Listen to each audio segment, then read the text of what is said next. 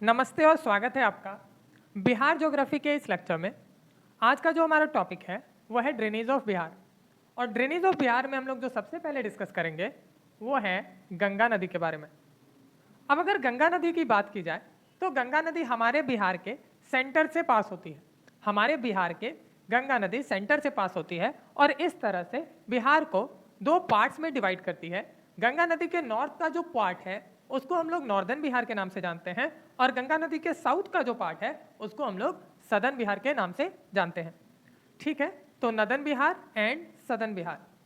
अब अगर बात करें हम लोग गंगा नदी के स्टेज की, क्योंकि कोई भी रिवर जो है वो 3 स्टेज में होती है या अपने कोर्स में वो 3 स्टेजेस से गुजरती है।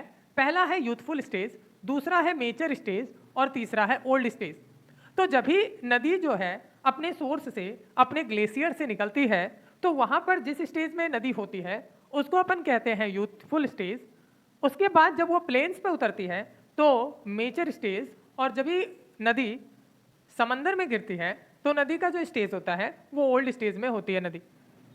हम लोग अगर बात करें गंगा नदी की बिहार में, तो गंगा नदी बिहार में मेचर स्टेज में है।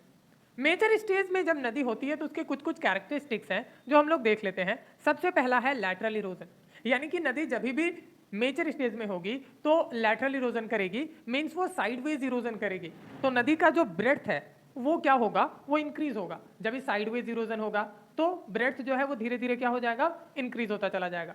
दूसरा है कि नदी एक मिएंडरिंग पाथ को फॉलो करती है। तो आप यहाँ भी देख सकते हो नदी इस तरह से क्या कर रही है, मिएंडरिंग पाथ को फॉलो कर रही है।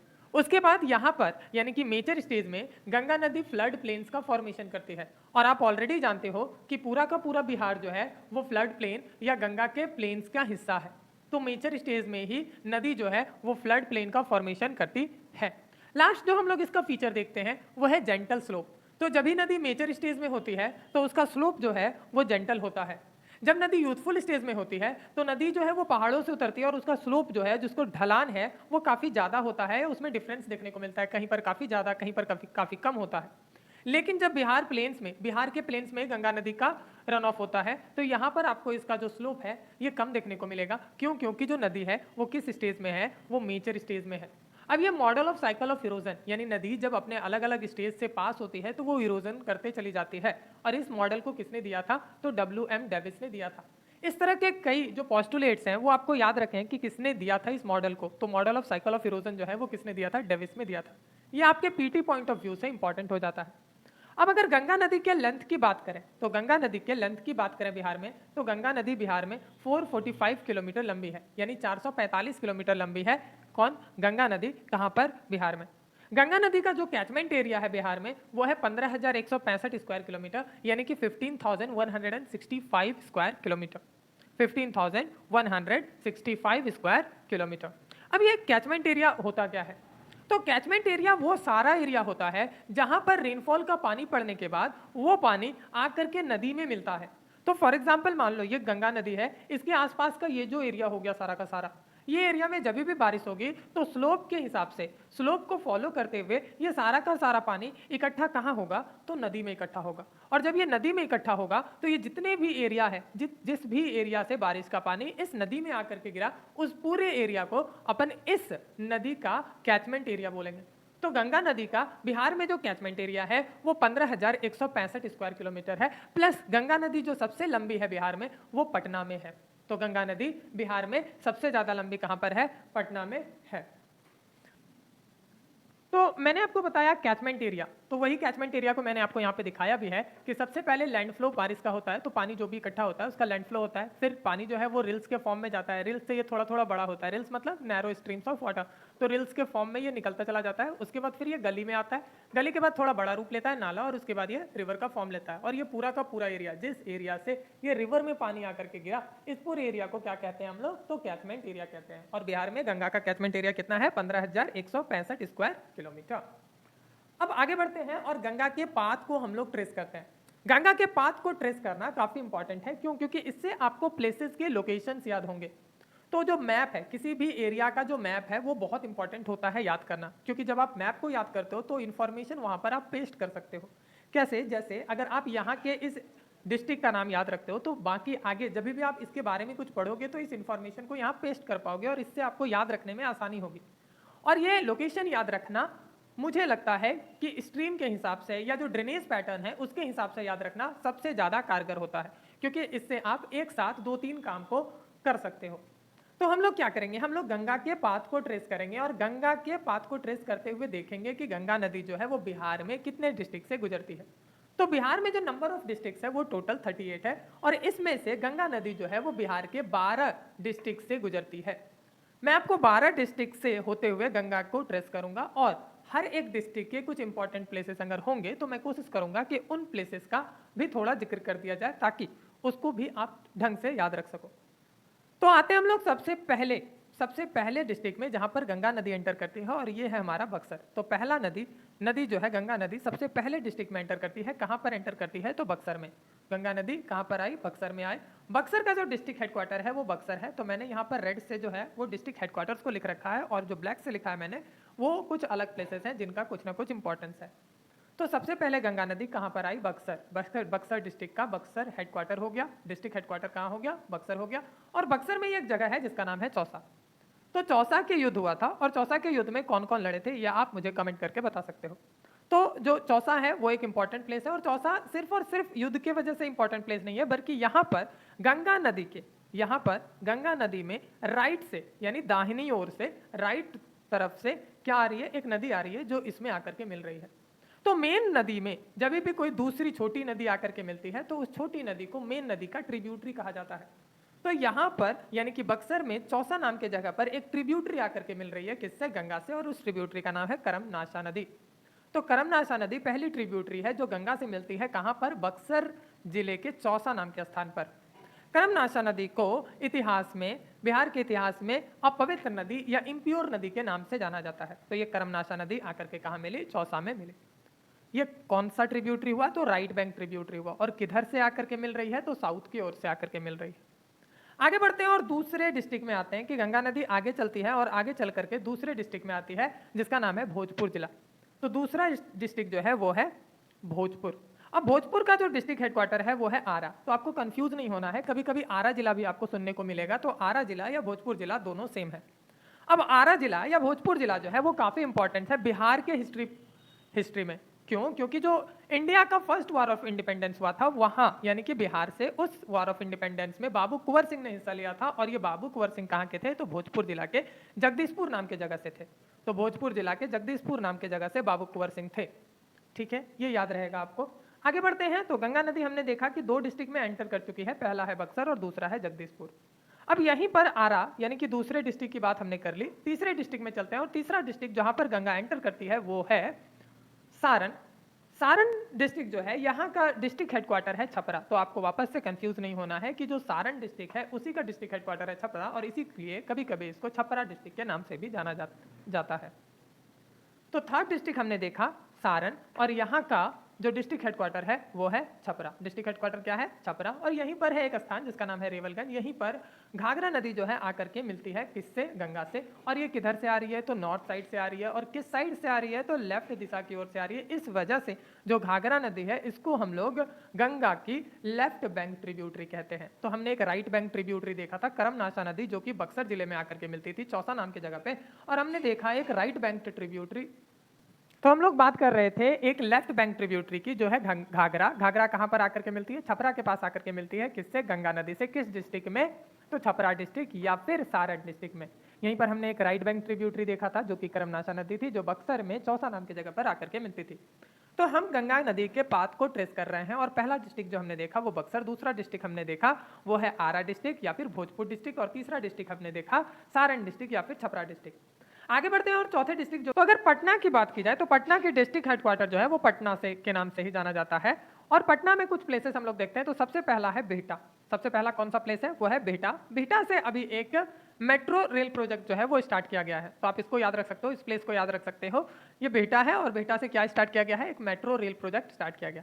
आगे बढ़ते हैं और यहाँ पर आपको मिलेगा मनेर। क्या है? मनेर। तो मनेर में मनेर फोर्ट आपको देखने को मिलेगा और मनेर में एक सूफी सेंट का जो है वो दरगाह यहाँ पर आपको देखने को मिलता है। प्रसिद्ध सूफी सेंट है, उसका नाम आप लोग देख सकते हैं, याद रख सकते हैं। तो मनेर में एक सूफी सेंट का आपको क्या देखने को मिलता है? दरगाह। उसके बाद आगे बढ़ते हैं, आपको मिलेगा यहाँ पर बांकीपुर, तो बेटा, बेटा से गए हम लोग मनेर, मनेर से आगे बढ़ते हैं और क्या मिलता है आपको, बांकीपुर। बांकीपुर जेल जो है, यहाँ पर बहुत सारे हमारे फ्रीडम फाइटर्स जो है उनको कैद किया गया था, तो बांकीपुर जेल आप अक्सर हिस्ट्री में पढ़ोगे, तो बिहार की जब भी हिस्ट्री आप डिस्कस करोगे तो उसमें आपको मिलेगा बांकीपुर जेल का जिक्र काफी बार आपको देखने को मिलता है। प्लस बांकीपुर इसलिए भी इंपॉर्टेंस रखता है क्योंकि यहाँ पर कांग्रेस का एक अधिवेशन हुआ था 1912 में, तो 1912 में यहाँ पर कांग्रेस का एक सेशन हुआ था। क्या हुआ था? कांग्रेस का एक सेशन हुआ था। कब हुआ था? 1912 में, 1912 में हुआ था। इसके जो अध्यक्ष थे वो कौन थे? वो थे RN मुधोलकर। RN मुधोलकर जो थे वो इसके अध्यक्ष थे। आगे बढ़ते हैं हम लोग, फिर पटना, पटना तो आप जानते हो डिस्ट्रिक्ट हेडक्वार्टर है। उसके बाद आगे बढ़ते हैं और आपको एक जगह पे मिलेगा पटना में ही, फतुहा नाम का जगह। क्या मिलेगा? फतुहा नाम का जगह। और फतुहा नाम का जगह इसलिए इंपॉर्टेंस है क्योंकि यहाँ पर गंगा की एक और राइट बैंक ट्रिब्यूटरी पुनपुन जो है वो गंगा से मिलती है। तो हमने एक कर्मनाशा देखा था राइट बैंक, दूसरा जो है वो याद रखना है, पटना के पास सोन नदी आकर के मिलती है। सोन निकलती है अमरकंटक से, तो सोन नदी जो है वो आकर के मिलती है कहाँ पर? पटना के पास में ही मिलती है। किससे? गंगा से। तो हमने राइट बैंक ट्रिब्यूटरी में पहला कर्मनाशा देखा, फिर सोन देखा। आगे बढ़ के पटना में ही एक और नदी आकर के फतुहा नाम के जगह पे मिल रही है जिसका नाम है पुनपुन नदी। अब फतवा से जब भी हम लोग थोड़ा सा आगे बढ़ेंगे तो आपको मिलेगा बख्तियारपुर। अब ये जो बख्तियारपुर है ये बख्तियार खिलजी के नाम से पड़ा है। बख्तियार खिलजी आप जानते हो कि बख्तियार खिलजी ने बिहार में सबसे पहले आक्रमण किया था और इसने यहाँ पर ओदंतपुरी विश्वविद्यालय और जो नालंदा यूनिवर्सिटी है इस दोनों को इसने तबाह कर दी थी। तो बख्तियारपुर जो है ये बख्तियार खिलजी के नाम पर इसके नाम रखा गया है। आगे बढ़ते हैं और आप आओगे बाढ़ के पास। कहाँ पर है? बाढ़ के पास। बाढ़ में नेशनल थर्मल पावर प्लांट जो है वो स्थित है। तो बाढ़ में national thermal power plant Patna district के बाढ़ में स्थित है। आगे बढ़ेंगे और हम लोग पहुंचेंगे मोकामा के पास। और ये मोकामा जो है यहाँ पर अभी रोड रिसर्च सेंटर बनाया जा रहा है। तो रोड रिसर्च सेंटर जो है वो पटना में मोकामा नाम की जगह पर बनाया जा रहा है। तो आप एक दफा वापस से हम लोग चलते हैं और देखते हैं पटना डिस्ट्रिक्ट। पटना डिस्ट्रिक्ट में हमने सबसे पहले देखा बेटा, यहाँ से मेट्रो रेलवे प्रोजेक्ट स्टार्ट की गई है। मनेर, मनेर फोर्ट प्लस एक सूफी सेंट का यहाँ पे दरगाह है। उसके बाद बांकीपुर, बांकीपुर जेल प्लस बांकीपुर अधिवेशन 1912 का। फिर पटना डिस्ट्रिक्ट हेडक्वार्टर। फिर आगे बढ़ते हैं फतवा नाम के जगह पर पुनपुन नदी आकर के मिल रही है गंगा से। उसके बाद बढ़ते हैं बख्तियारपुर, बख्तियार खिलजी, बाढ़ में नेशनल थर्मल पावर प्लांट का एक स्टेशन है। उसके बाद फिर मोकामा में बन रहा है रोड रिसर्च सेंटर। इसी के साथ ये 4 डिस्ट्रिक्ट हमने देख लिया जिससे गंगा नदी क्रॉस कर रही है। बक्सर के बाद भोजपुर जिसको आरा के नाम से भी जानते हैं, भोजपुर के बाद सारण जिसको छपरा के नाम से भी जानते हैं, और उसके बाद पटना। और पटना में हमने कुछ प्लेसेस देखे। इसी के साथ हमने देखे इसके 3 राइट बैंक ट्रिब्यूटरीज। पहला कर्मनाशा जो कि चौसा के पास बक्सर जिले में मिलती है, दूसरा सोन जो कि पटना के पास मिलती है, और तीसरा पुनपुन जो कि फतवा के पास मिलती है। इसी के साथ हमने एक और देखा था घाघरा नदी जो कि मिलती है सारण डिस्ट्रिक्ट या छपरा डिस्ट्रिक्ट में रेवलगंज के पास में। आगे बढ़ते हैं और गंगा नदी के पाथ को ट्रेस करते हुए हम लोग आगे 5वें डिस्ट्रिक्ट में पहुंचते हैं जो कि है वैशाली। वैशाली जो है ये सबसे पहला रिपब्लिक के नाम से जाना जाता था इतिहास में। तो हिस्टोरिकल पॉइंट ऑफ व्यू से वैशाली जो है वो काफ़ी इंपॉर्टेंट है। और पटना में वैशाली जो है वो अपना एक खास महत्व रखता था। अभी यहाँ पर वैशाली जो है इसका हेडक्वार्टर, इसका डिस्ट्रिक्ट हेडक्वार्टर है हाजीपुर। तो वैशाली का डिस्ट्रिक्ट हेडक्वार्टर क्या है? हाजीपुर। और वैशाली में हाजीपुर के पास ही एक नदी आकर के मिलती है लेफ्ट बैंक ट्रिब्यूटरी जिसका नाम है गंडक। तो गंडक नदी जो है वो आकर के हाजीपुर के पास मिलती है। और हाजीपुर कौन से डिस्ट्रिक्ट का डिस्ट्रिक्ट हेडक्वार्टर है? वैशाली डिस्ट्रिक्ट। तो हमने 5 डिस्ट्रिक्ट देख लिए, बक्सर, भोजपुर, सारण, पटना और वैशाली। आगे बढ़ते हैं और इस नदी के पाथ को और हम लोग ट्रेस करते हुए निकलते हैं और पहुंचते हैं हम लोग छठा जिला जो कि है समस्तीपुर। अब समस्तीपुर की अगर बात करें तो हिस्टोरिकल पॉइंट ऑफ व्यू से क्विट इंडिया मूवमेंट के दौरान इसका इंपॉर्टेंस है क्योंकि 15 अगस्त 1942, 15 अगस्त 1942 में क्विट इंडिया मूवमेंट के दौरान यहाँ पर फायरिंग हुई थी और 20 लोग यहाँ पर मारे गए थे। तो समस्तीपुर जो है यहाँ पर 15 अगस्त 1942 के दिन 20 लोग जो है वो फायरिंग में मारे गए थे। तो हमने छठा जिला देख लिया, पहला बक्सर, दूसरा भोजपुर, तीसरा सारण, चौथा पटना, पांचवा वैशाली, वैशाली के बाद छठा हम लोग गए समस्तीपुर। समस्तीपुर से आगे बढ़ते हैं और हम लोग पहुंचते हैं बेगूसराय। तो 7वां जिला जो है गंगा नदी के तट पर वो कौन सा है? बेगूसराय। बेगूसराय जो है वो काफी फेमस है एक लेक के लिए। और ये लेक कैसा है? तो ये लेक एक ऑक्सबो लेक है।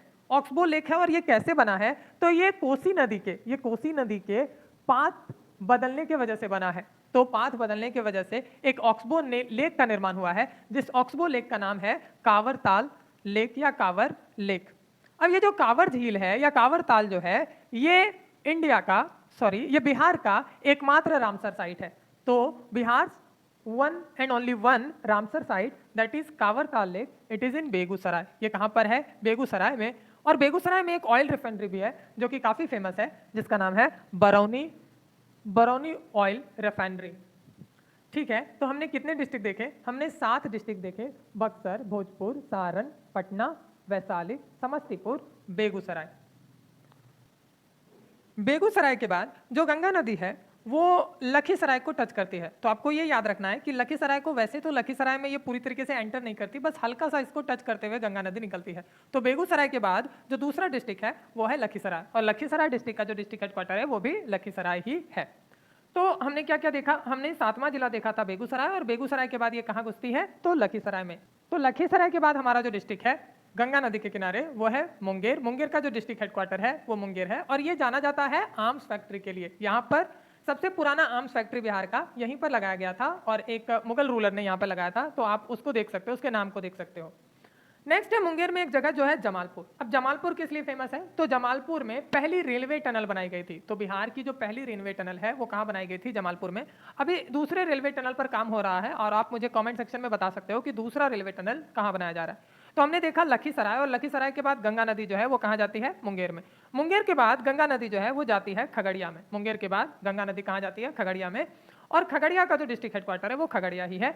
खगड़िया नदी खगड़िया डिस्ट्रिक्ट में बूढ़ी गंडक नाम की नदी नॉर्थ की तरफ से आकर के मिलती है, किसमें? गंगा नदी में। तो हमने कौन कौन से डिस्ट्रिक्ट देखा? बक्सर देखा, बक्सर के बाद भोजपुर, भोजपुर के बाद सारण, सारण के बाद पटना, पटना के बाद वैशाली, वैशाली के बाद समस्तीपुर, समस्तीपुर के बाद बेगूसराय, बेगूसराय के बाद लखीसराय, लखीसराय के बाद मुंगेर, मुंगेर के बाद खगड़िया, और खगड़िया में बूढ़ी गंडक नाम की नदी मिलती है, किससे? तो गंगा नदी से। आगे बढ़ते हैं, और गंगा नदी एंटर करती है भागलपुर में। कहाँ एंटर करती है? भागलपुर। और आप सब जानते हो कि भागलपुर जो है वो गैंगेटिक डॉल्फिन के नाम से जाना जाता है, क्योंकि गैंगेटिक डॉल्फिन जो है यहाँ पर बहुत पाए जाते हैं। अब भागलपुर में ही आपको विक्रमशिला विश्वविद्यालय देखने को मिलता है। तो विक्रमशिला विश्वविद्यालय आपको कहाँ देखने को मिलता है? भागलपुर में। और भागलपुर में एक सुल्तानगंज नाम की जगह है। तो हिंदुइज्म में जो हमारा सावन महीना है वो काफ़ी पवित्र माना जाता है, और यहीं पर जब भोलेनाथ को जल चढ़ाया जाता है तो सुल्तानगंज से ही जल को लोग जो भक्त लोग जो हैं वो उठाते हैं। तो सुल्तानगंज जो है वो काफ़ी फेमस है रिलीजियस पॉइंट ऑफ व्यू से, यहाँ पे दूर दूर के लोग जो है वो आते हैं। तो भागलपुर में हमने देखा सुल्तानगंज, और सुल्तानगंज में हमने जाना सुल्तानगंज के रिलीजियस इंपॉर्टेंस के बारे में। फिर भागलपुर से ये नदी जो है वो कटिहार जाती है, और कटिहार से ही ये नदी निकल जाती है और चली जाती है बंगाल। तो कटिहार में ये क्या है? तो एक नदी आकर के यहाँ पर मिलती है कुर्सेला नाम की जगह पे, जिसका नाम है कोसी नदी। तो कोसी नदी को सौर ऑफ बिहार के नाम से भी जाना जाता है, और कोसी नदी कहाँ पर आकर के मिलती है? कुर्सेला नाम की जगह पे, कटिहार डिस्ट्रिक्ट में। कुर्सेला नाम की जगह पे, कटिहार डिस्ट्रिक्ट में। लास्ट में एक आखिरी जो ट्रिब्यूटरी है गंगा नदी की बिहार में वो है महानंदा। एक्चुअल में ये महानंदा जो है ये कटिहार से बाहर निकल करके ये ज्वाइन करती है गंगा को। तो एग्जैक्टली कहा नहीं जा सकता कि ये कटिहार में ही ज्वाइन करती है, ये गंगा नदी जो है ये कटिहार से थोड़ा सा बाहर निकलती है और यहाँ पर आकर के ये गंगा को ज्वाइन करती है। तो हमने गंगा के पाथ को ट्रेस किया, हमने देखा अलग अलग डिस्ट्रिक्ट। तो टोटल कितने डिस्ट्रिक्ट में? 12 डिस्ट्रिक्ट। कौन कौन से? पहला बक्सर, दूसरा भोजपुर, भोजपुर के बाद हमने देखा सारण, सारण के बाद पटना, पटना के बाद वैशाली, वैशाली के बाद समस्तीपुर, समस्तीपुर के बाद बेगूसराय, बेगूसराय के बाद लखीसराय, लखीसराय के बाद मुंगेर, मुंगेर के बाद खगड़िया, खगड़िया के बाद भागलपुर, और भागलपुर के बाद कटिहार। और इसी पाथ में जब ये नदी आगे बढ़ रही थी तो इसमें अलग अलग ट्रिब्यूटरीज आके मिल रहे थे। कुछ ट्रिब्यूटरीज नॉर्थ से आकर के मिल रहे थे। इसमें हमने सबसे पहला देखा घाघरा। घाघरा जो है ये सारण जिले में मिलती है। कहाँ मिलती है? सारण जिले में। कहाँ पर? रेवलगंज के पास ये ज्वाइन करती है गंगा को। दूसरा गंडक, गंडक जो है ये कहाँ आकर के ज्वाइन करती है? तो हाजीपुर। हाजीपुर कौन सा जिला? वैशाली जिला में हाजीपुर के पास गंडक नदी आकर के मिल रही थी। उसके बाद बूढ़ी गंडक, बूढ़ी गंडक जो है ये खगड़िया में आकर के मिल रही थी गंगा से। उसके बाद कोसी, कोसी कुर्सेला नाम की जगह पर कटिहार डिस्ट्रिक्ट में आके मिल रही थी। और एट लास्ट महानंदा जो कि कटिहार के पास मिलती है गंगा नदी से। वहीं पर कुछ नदी ऐसी भी है जो साउथ से आकर के मिलती है गंगा नदी में, जिसको हम लोग राइट बैंक ट्रिब्यूटरी कहते हैं। पहला कर्मनाशा जो इम्प्योर नदी है, ये चौसा में बक्सर डिस्ट्रिक्ट में मिलती है। दूसरा नदी सोन जो कि पटना के पास मिलती है। तीसरा नदी पुनपुन जो कि फतवा के पास मिलती है। और इसके आगे कुछ छोटी छोटी नदियां हैं जिसको आगे भी हम लोग पढ़ेंगे। तो हमने गंगा नदी के पाथ को ट्रेस किया, और गंगा नदी के बैंक पर जितने भी डिस्ट्रिक्ट्स हैं और डिस्ट्रिक्ट से रिलेटेड अगर कुछ इन्फॉर्मेशन है तो उसको हमने इकट्ठा करने की कोशिश की। और हमने ये भी देखा कि गंगा नदी बिहार में किस स्टेज में है, इसकी लंबाई कितनी है, इसका कैचमेंट एरिया कितना है, और कौन से डिस्ट्रिक्ट में ये सबसे ज़्यादा लंबी है। अब हम लोग बात करते हैं गंगा नदी के पास के वो डिस्ट्रिक्ट जिससे कुछ फेमस पर्सनैलिटीज़ रहे हैं बिहार के इतिहास में। इसमें सबसे पहला नाम आता है सारण का, जहाँ से दो फेमस पर्सनैलिटीज़ हैं। एक होते हैं डॉक्टर राजेंद्र प्रसाद और दूसरे हैं जेपी यानी कि जयप्रकाश नारायण। डॉक्टर राजेंद्र प्रसाद और जयप्रकाश नारायण, ये दोनों कहाँ से थे? तो ये दोनों सारण से थे।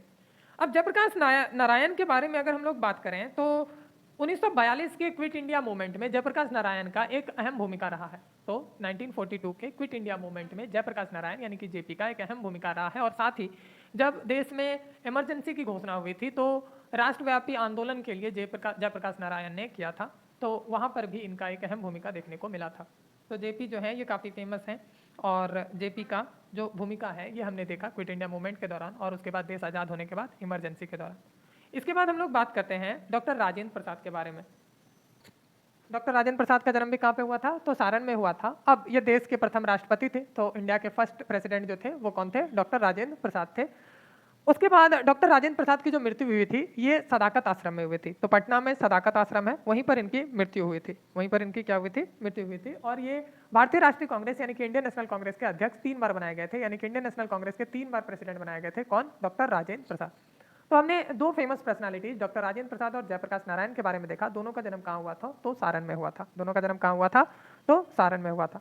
बात हम लोग करते हैं नेक्स्ट जगदीशपुर यानी कि आरा डिस्ट्रिक्ट के बारे में। तो आरा डिस्ट्रिक्ट या फिर भोजपुर जिला में जन्म हुआ था। एक तो बाबू कुंवर सिंह को आप यहाँ से जानते हो, उसके बाद दूसरे हैं सचिदानंद सिन्हा। सचिदानंद सिन्हा जो है इनका जन्म जो है ये कहाँ हुआ था? तो भोजपुर जिले में हुआ था। और दूसरे हैं जगजीवन राम। जगजीवन राम का भी जन्म जो है वो कहाँ पे हुआ था? तो भोजपुर जिले में हुआ था।